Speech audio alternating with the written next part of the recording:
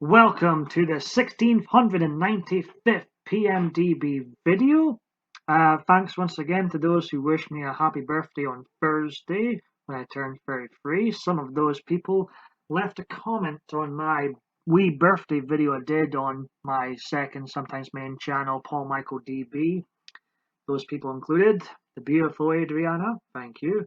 The Soulless Trenchcoat, where's that Halloween H2O review, by the way? My good friend, we have similar tastes in Halloween films. Light Feller and Jeff. I appreciate the comments. I've took note of those who didn't wish me happy birthday on anything. I won't be wishing these people happy birthday going forward, and have unsubscribed from every person that didn't wish me a happy birthday. I'm going to leave it up to your imagination. Am I joking or am I not? Am I that vain? Or, yeah, I'm going to leave it up to your imagination whether I did or didn't do that. On this day in PMDB video history, DJ Steve Mush. So, Saturday, thought I'd do a video since I've got nothing else better to do. My post-birthday video, I turned 33 on Thursday, Thanksgiving Day. Had a great birthday. Fantastic. And got some gifts from family. And got a book. One of them was a book by a guy named David something. His surname, funnily enough, escapes me for a moment. Perhaps I'll get the answer to his surname once again, but I look forward to reading this book. And before I get on to talking about fake fights, wrestling, I thought I'd pose, or ask the pose, what am I talking about? Ask the question, are dating apps a waste of time? I'm going to say yes. I've only, if I have to label, I hate labeling myself, but if I have to label myself, I can't say just straight, because there was a time in my life when I was out as gay and preferred feminine looking guys. Now I prefer women, so I've have to label myself as bi, but when I was out and gay, I maybe got about 4 actual dates from the old dating app every other gay guy, bi guy used to use, still probably uses. I've not used it in 4 years as I've not had a smartphone, and I've been more interested in women. But anyways, as for the dating apps for everyone else, I've got about 2 dates from them in recent times. So yeah, I'm gonna say overall they are a waste of time, and a lot of people just you have these long conversations with someone some night, and then they don't exist the next day. They're gone. And that seems to happen quite often. People say they're looking for love, but I think they're I don't know. Maybe it's just me. Maybe it's just me. Maybe I'm just too much.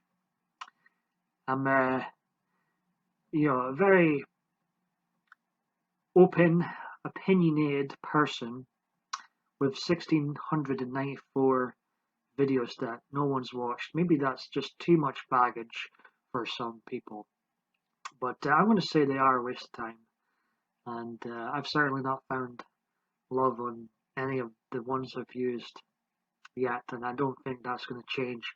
If it didn't happen in my 20s using these apps, in my early 30s, I guess I'm technically still early 30. Apparently I'm Jesus's age now, so that's nice. Very free, all the frees. But yeah, I think they're a waste of time. Anyways, on to Fully Loaded 2000. Before I get started talking about fake fights, I thought I'd give a wee shout out to one of my 10 Facebook friends. One of his YouTube channels is Wonders GTA Gaming. I was listening to him while making breakfast this morning, making some bacon for myself. Went on a walk earlier, Was the only person going out a walk at 7 a.m. I was literally letting my hair down, and yeah, felt good. So a wee shout out for you, Steve. Great listen while making breakfast this morning. Let's get on with Fully Loaded, which for at least one part of the show, the latter part, did feel fully loaded. Have a look at some of these matches on this show. Kurt Angle versus The Undertaker. Last man standing match between Jericho and Triple H. And the main event was for the WWF Championship between The Rock and Chris Benoit. The only time I believe I can recall a pay-per-view match between Benoit and The Rock.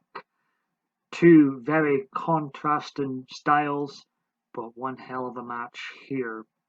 This was the second annual Fully Loaded show. My top five consist of all the participants that were in the matches I named, with the exclusion of The Undertaker. Kurt Angle just beat him here to 5th place.